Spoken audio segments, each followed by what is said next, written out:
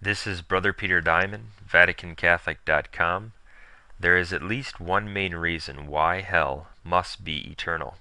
That the pains of hell are eternal is, of course, part of the faith. Jesus makes that quite clear in numerous places, Matthew 25:41, Mark 9:44, etc. It's also dogmatically reaffirmed by the Catholic Church. Even though people know it's taught in the Bible, many are still deeply disturbed by the consideration of this mind-boggling truth. They wonder how such an unimaginable punishment could be just. In response, many will bring up the idea that an offense against infinite majesty, God, deserves infinite punishment. That, of course, is a very valid point. However, I would like to consider this issue from another angle.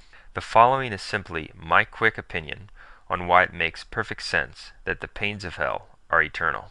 A primary reason that hell must be eternal is that the only condition that matters to man is the present condition. For example, suppose that you live in a frigid area of the world. Suppose that you had heat for the last 10 years, but this year catastrophe has struck your area and left you without any heat at all in the depths of winter. You are freezing and shivering.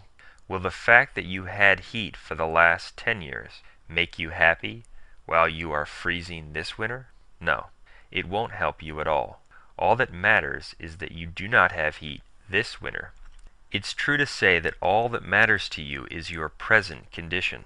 Likewise, suppose that you lived without heat for the last 10 years, but you finally got it this year. Will the fact that you lived without heat last year and the year before that make you unhappy while you sit comfortably and warmly now? No. All that matters is that you have heat now. All that matters is your present condition. The same truth applies to everything, including the passing pleasures desired by worldly people. It must be pointed out that none of these passing pleasures can bring true happiness, for man was created for God and can only be fulfilled in Him. But the point holds true when we consider these issues as well. For instance, those who glory in their present state of great fame or great wealth or great success or great beauty are not troubled by the fact that they did not possess this 10 or 20 years ago. All that matters to them is that they are famous or successful or wealthy or beautiful now. All that matters to man is the present condition. Therefore, if the pains of hell did end at some point, then at that very point, the condition of the person would be free of punishment. He would suffer no pain at all. Since the present condition is all that matters to man, the end result for that man would be that he would not be punished at all. Thus, when it is considered deeply, it is true to say that a punishment that is not eternal is, in the end, actually no real punishment at all. For if it ends at any point, then the final condition of man, which is all that will matter to him, is one that is free of punishment. Some may object, what about the punishments in purgatory? They end at some point, but they are true punishments. And the answer is that the purgatorial punishments can end in no punishment, but happiness, because they are actually equivalent to loving discipline, meant for our greater good. They are purifying punishments meant for God's friends, not His enemies.